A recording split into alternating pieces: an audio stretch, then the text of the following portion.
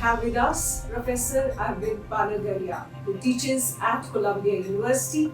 He is an expert on Indian economy as well as international trade.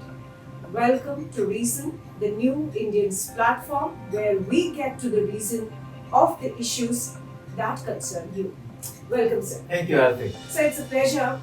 Let me begin with the most obvious question. Right now, we are seeing a flux in the world. There is an ongoing war in Ukraine, and it has had massive impact on the global economy. Can you explain it for our audience? What impact has it had on India as well as the rest of India? The big impact on India, of course, is coming through the prices. And so we have seen the oil prices really hike in a major way.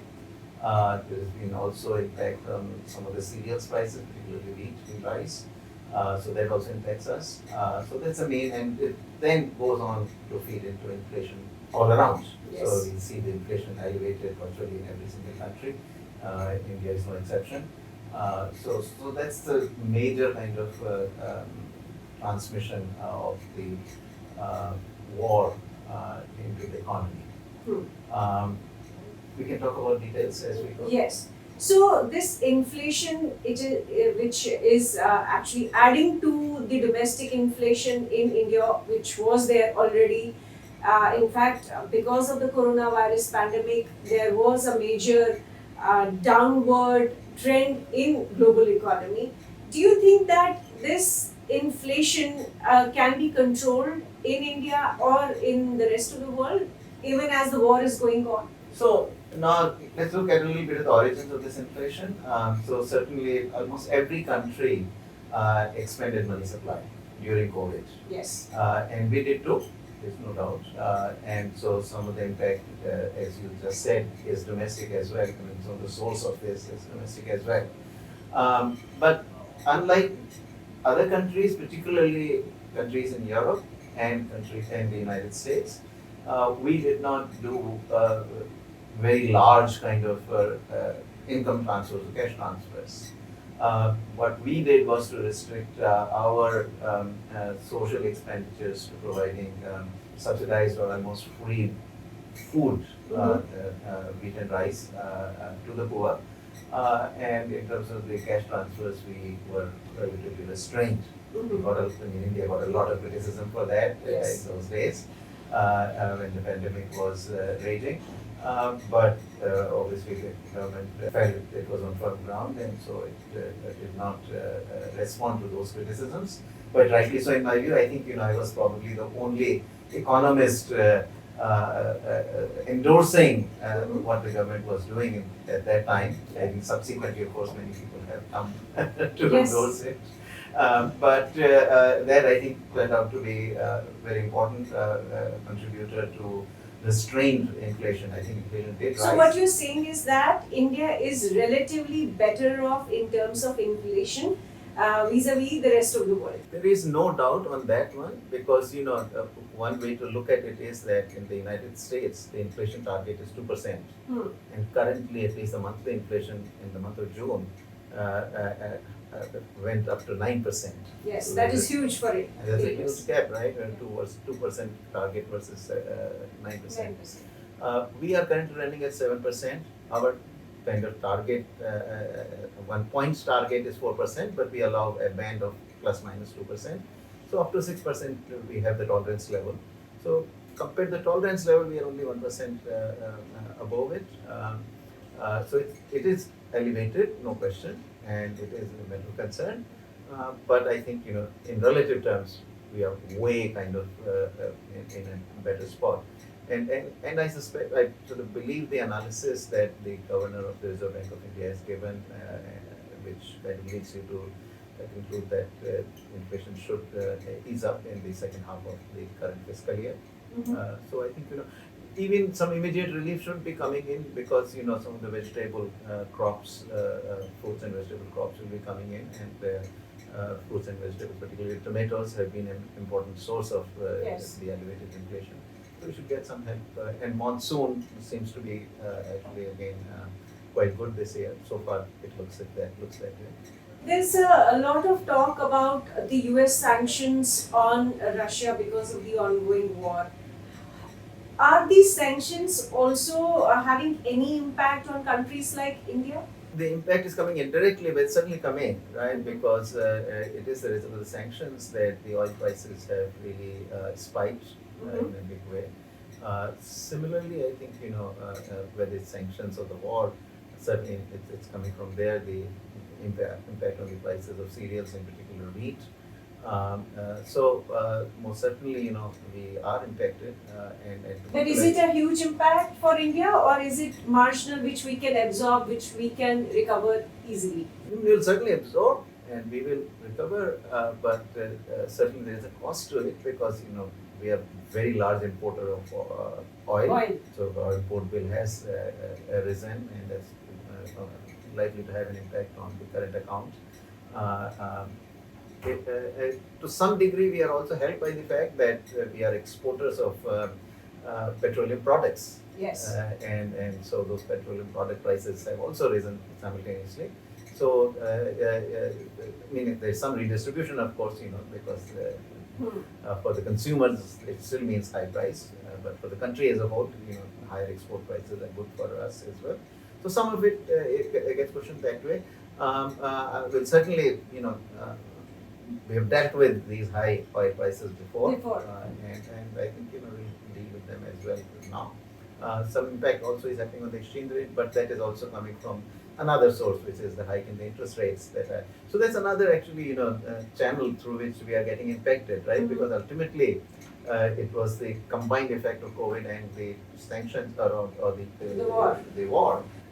That finally we are seeing the very high inflation in the United States, which then leads it to clamp down on the interest rates. And the interest rates are being hiked up, not clamped down, but they're raising the interest rates to fight inflation. But that rise in the interest rates means that a lot of the capital investments that are in India are now returning to seek these high interest rates back in the United States. And that, of course, puts pressure on our exchange rate, our current account balance, and so forth. While the oil prices remain high and our inflation is also high, what is the status of our current account deficit, and how can we actually minimize that? How can we what would be the ideal current account deficit for India? So our central bank, quite rightly I would say, I'm in agreement, tries to keep the current account deficit about 2% of the GDP. We might exceed that a bit, maybe go closer to 3%, we have to wait and see. The way to deal with it largely is through the exchange rate.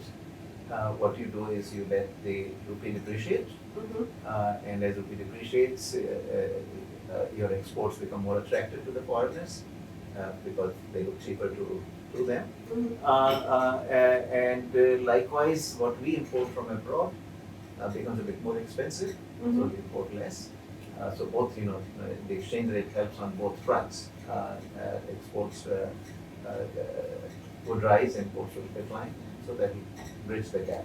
But how do we actually improve our export competitiveness? Are there any ways which we haven't been paying attention to in the last few decades, where we could have grown our exports but we haven't? What are those areas, and where can we fix those gaps? So that's a sort of very broad question, because and it's work in progress kind of thing. And one of the very points at which some fixation can be done is the exchange rate, as we just discussed. Over the years, I think we have let the rupee kind of appreciate in real terms, even if in nominal terms there is some depreciation because of our higher inflation over the years. After all, in the US and Europe, this high inflation is a very recent phenomenon. If we go back, in the last 7 to 8 years, maybe 10, 12 years, even some parts of the UK years, our inflation was significantly higher, which is the last 3 or 4 years of UPA, very high inflation, almost double digit. And at the time, so the rupee in real terms got appreciated, which of course is not so good for the exports. So that's one factor, clearly. The other also is that, I think here we have, for some reason, returned to a bit of this import substitution. Now, if you do import substitution in one or two sectors, it's okay, but if you really start going into large number of sectors, that is going to have an impact on exports. There is no way getting around it. So when you basically are saying that, look, all these products I'm importing, I'm going to just raise my tariff barriers, import less of these, raise the prices, and produce these products domestically. Yeah. Right? Then the resources are going to flow out of something. And particularly capital is scarce. It's very limited in a country like India. Labor perhaps we are more plentiful, but certainly capital is scarce, and that capital is will come from somewhere. Yeah. And that somewhere is the export sectors. Yes. So that's one way that you immediately kind of impact the exports negatively. In addition, when prices of these import competing goods rise, Yeah. right? Well, we are going to substitute into other products as consumers. We'll buy less of these products which are the imported products or import competing products, and we'll shift more into something else. And something else again is exports. Yeah. So if consume more of the exportable products, less is left for exporting. So I think this shift in the policy towards import substitution in a big way is also having an adverse impact on our export performance. Yeah. And you had studied probably international trade. There's With you, of course. something we call Yes. the Lerner symmetry theorem. It Yes. says that, look, if you impose a 10% across the board import tariff, its impact is going to be exactly like that of the 10% export tax. Yes. So an import tariff really is like an export tax. And so that too is in the way. And then there are, of course, other broader policy issues, domestic policy reforms related to labor, infrastructure, land prices, etc., which are all part of the ongoing work on our exports. We faced a lot of flack on first, announcing that we were exporting wheat because of the crisis developed due to the ongoing war, and then we actually banned the wheat exports. Why do you think we did that, and was it the right move to ban the export of wheat? So first, why we did that, I think, in any democracy, there is always a bias in favor of doing things for your own people first. Yes. And if the government kind of sees that, these wheat exports, elevated wheat exports are really raising the prices in the domestic market for my consumers, governments do that. Yes. I think, we have seen, during pandemic, for example, the United States banned the exports of the inputs that go into making vaccines and all, because they wanted to keep those for their own domestic population. Vaccines were also, reserved for the American citizens only, American population largely. So I think this is a common phenomenon. Ultimately, you can't, in a democracy, the governments have to respond to the demands and the needs of the people at home. So that's the one. Now, was it the right thing to do? Personally, as an economist, I would have chosen actually an export tax. I think complete ban is a blunt instrument. Whereas export tax allows some exports to happen. It also allows the exporters to allows you to bring the prices kind of down a bit for the domestic consumers, and you can calibrate it. So how much you want to allow, how much you don't want to allow, that can be calibrated through the level at which you impose the tax. So that's a little better instrument rather than a complete ban, which tends to be very blunt. During the coronavirus pandemic, the US and many other countries, as you rightly pointed out, printed a lot of money. And that is why we are seeing, inflation, and we're seeing effects of that policy unfolding in front of us. Now the question is that when the US does it, it has impact on the entire world, as you explained to our audience just now. Uh, is there a change in that thinking in the US? Do you see that the rest of the world is also following a different path now? And how are all the countries, including the US, now countering the effects of that policy? Now, of course, this is a criticism that's coming on a daily basis of the Fed Reserve, that it was very far behind the curve in seeing the impact of its actions. It kept expanding money supply when it was very clear that this was beginning to basically lead to inflation now. Many people actually had raised their voices there, but Fed actually was much slower to react. And so, and this monetary expansion had been quite massive. To some degree, I think, this is like fighting yesterday's war, meaning, after the global financial crisis in 2008, Yes. the Fed had been able to expand money supply for a long time, and it was trying to see the inflation to happen. It wasn't happening, it didn't happen. And I think that is the experience on which it built. But of course, this time Okay. it also got compounded. So by what the was the difference that it didn't build up at that point of time in 2008 subprime crisis, which led to the subprime crisis? That it didn't build up at that time, but this time it built up. Yeah. I think there are two differences. One was that simultaneously the fiscal was also expanding very rapidly this time. And that's a sort of, what some people call high velocity money, because you're giving cash directly to people. People would spend. And as soon as COVID gave a window, as soon as also the supply chains were restored, meaning domestic delivery supply chains, meaning, a lot of these Amazon.com, etc., they began to deliver products. Yes. Stores began to deliver products. Imports began to come in through the ports and so forth. Demand really picked up very quickly. And there was a mismatch also, of course, in the products people wanted were not there and so forth. So this expansion also through fiscal means, meaning these cash transfers, which were massive in trillions of dollars. Right?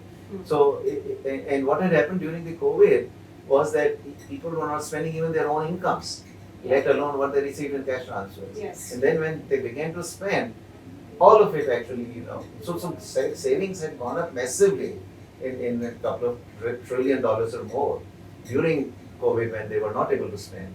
And then these savings began to unwind. And so that was one thing which was different. The other thing also that added ultimately was the war. Yes. And that particularly through food prices, inflation also had a cost push kind of impact. War, of course, adds a different factor because the oil prices are also going over the roof. Yeah. Now, a lot of people are also talking about de-dollarization, especially with sanctions in place. People and different countries are looking at different routes of international trade.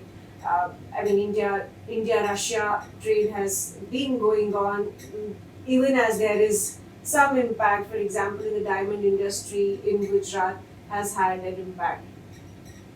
But tell me whether this de-dollarization and if other countries are going to move towards their own currency as the tool to international trade, is then dollar becoming less significant, less powerful, because the idea is that dollar is the most powerful currency in the world? On the margin, some efforts are being made. We have also tried to, Reserve Bank of India is working to open some sort of rupee window, and so the trade could be denominated in rupees and then paid for and so forth in the rupee. Some of it is happening on margins. Russia and China have been also doing something similar in ruble or in renminbi and so forth. But by and large, I don't think there's going to this de-dollarization is going to happen so massively. At the end of the day, most transactions are denominated in the dollar, and that will sort of continue. Personally, I don't think that this is where the problem really lies. A lot of the people have kind of concluded from the fact of sanctions on Russia that this has something to do with dollar as being the currency of exchange. Now, some of it probably is true, and also particularly when we talk about SWIFT, access to SWIFT being discontinued, you do then look for alternative means of payments. How else could I arrange my payments so that I do not become hostage to the SWIFT system. But the ability of the United States to do this to Russia really stems more from its size. Economic size is so large, so the US really can do it. To kind of dramatize what I'm saying is, think about, suppose something happens, China does something similar to what Russia did. Will the United States be able to really take similar kinds of actions against China? And that is not so straightforward.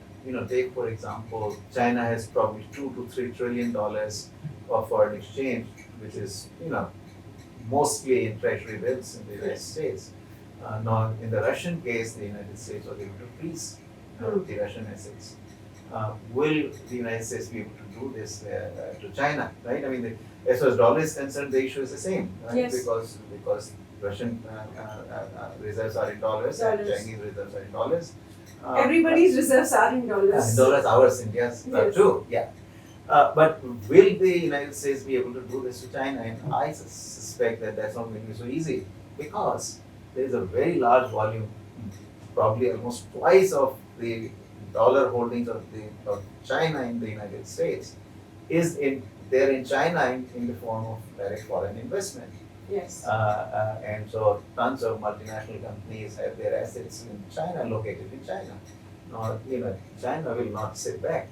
If its assets are frozen by the United States, China is going to start freezing or basically nationalizing the companies that are invested, the US companies, multinationals that are invested in China.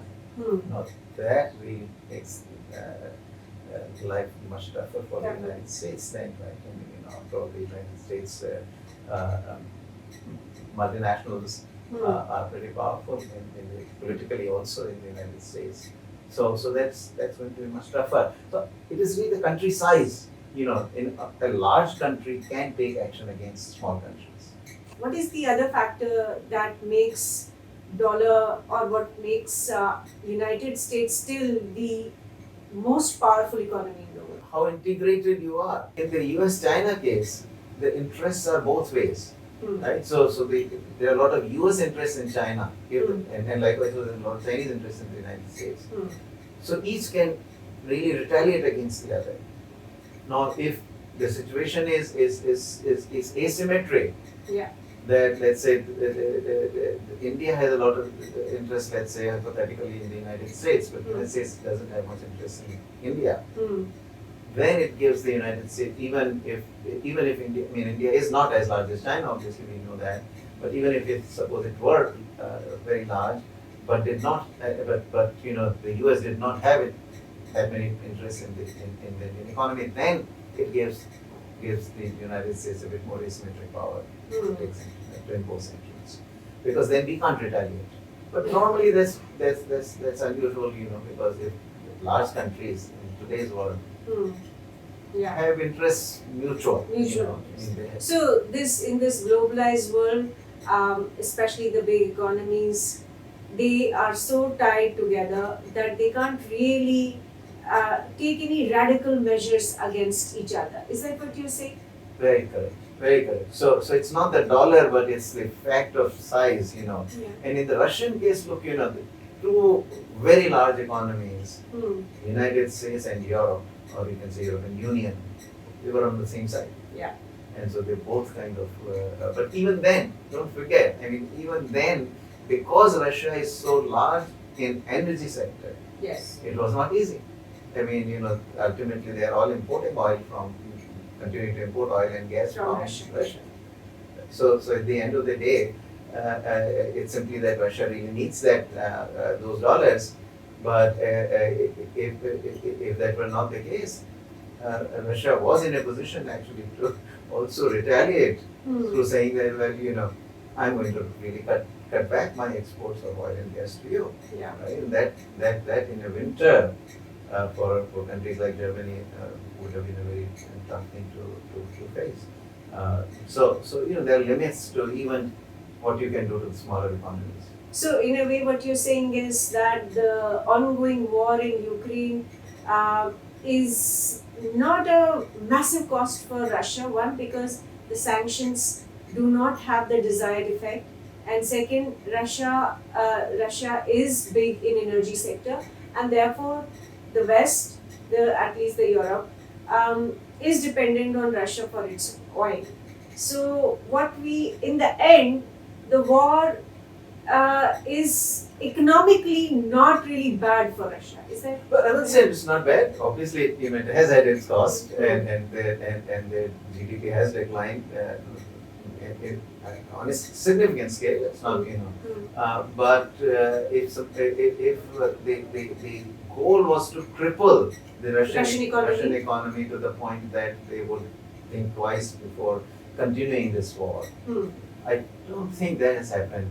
They have managed to. I mean, they all had to face hardships, and there are many prosperous Russians who have kind of migrated out of Russia into Turkey or some other neighboring countries and so on.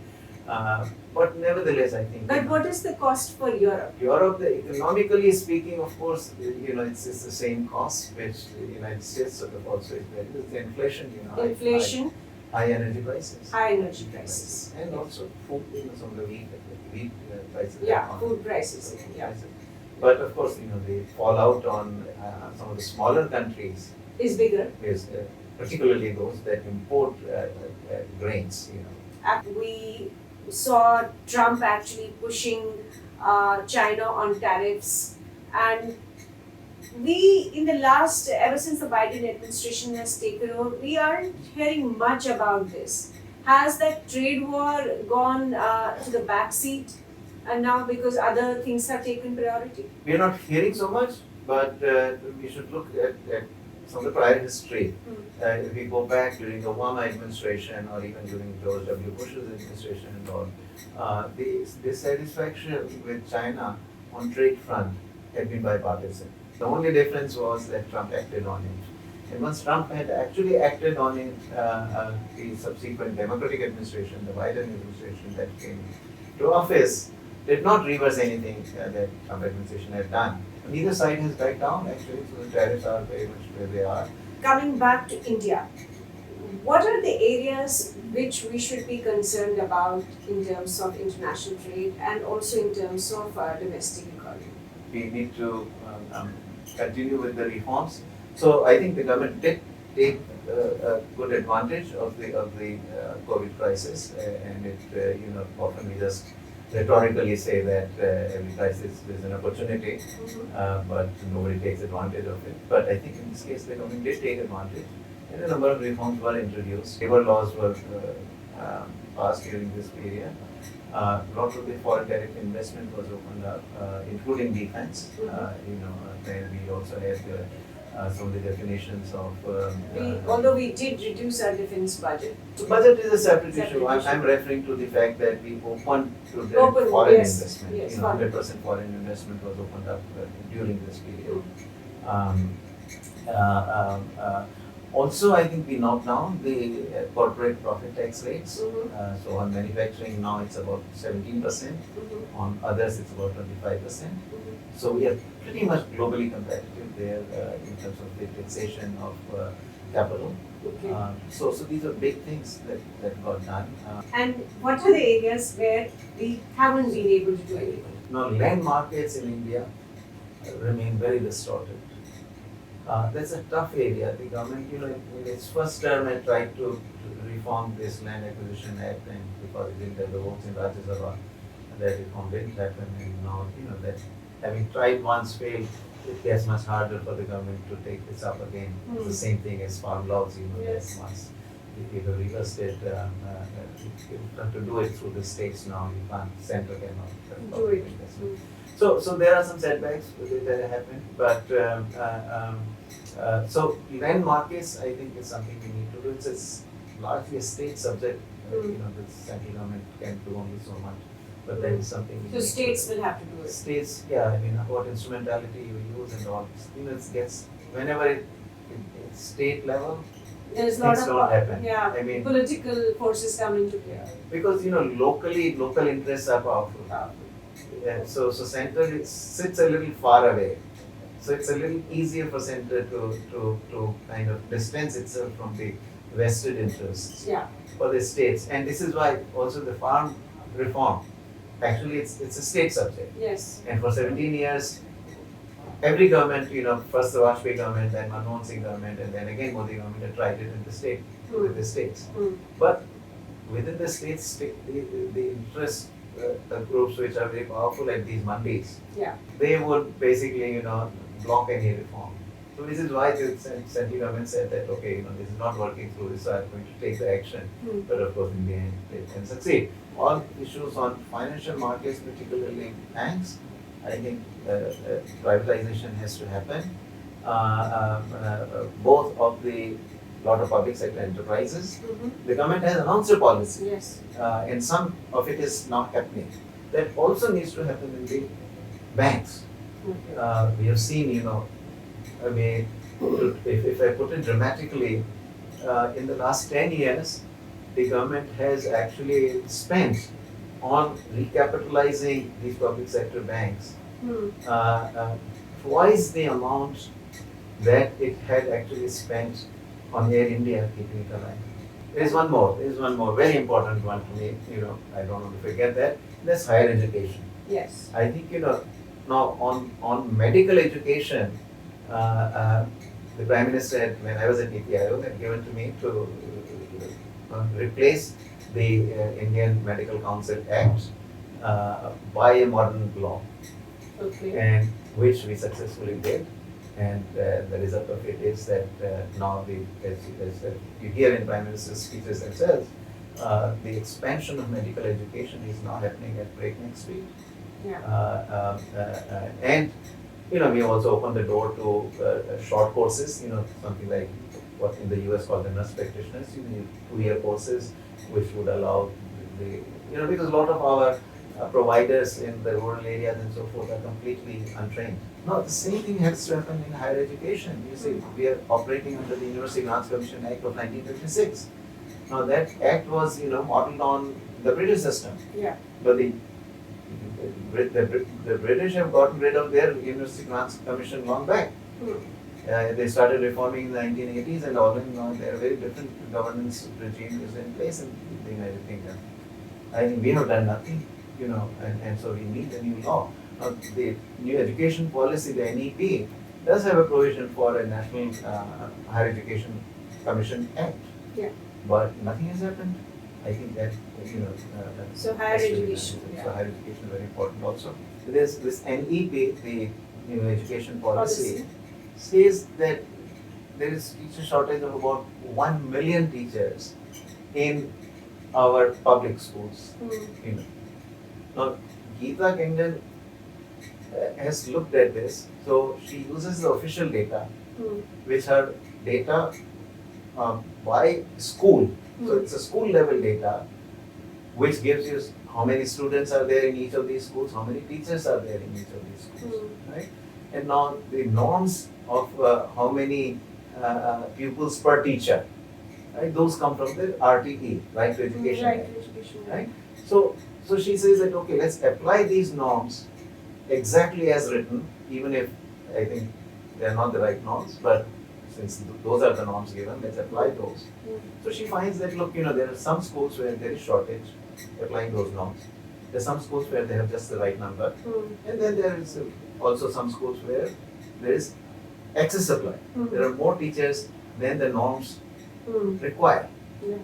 And she says, look, if you take these excess teachers from schools where there are more teachers than the norms require, and we place them into the where there is shortage, you take care of more than 3/4 of the problem. 3/4 of the problem. 3/4 of the problem. So at the most there is a 250,000 left. There also she says that look, one of the problems in the enrollment, official enrollment numbers, is that everybody packs up the numbers. They kind of, because what are the benefits? Midday meals. Any other redistributions coming? That's per pupil. Well, this has been a fascinating conversation. I would have asked you more, but I think you might be pressed for time. Thank you so much for being with us. I look forward to further conversations with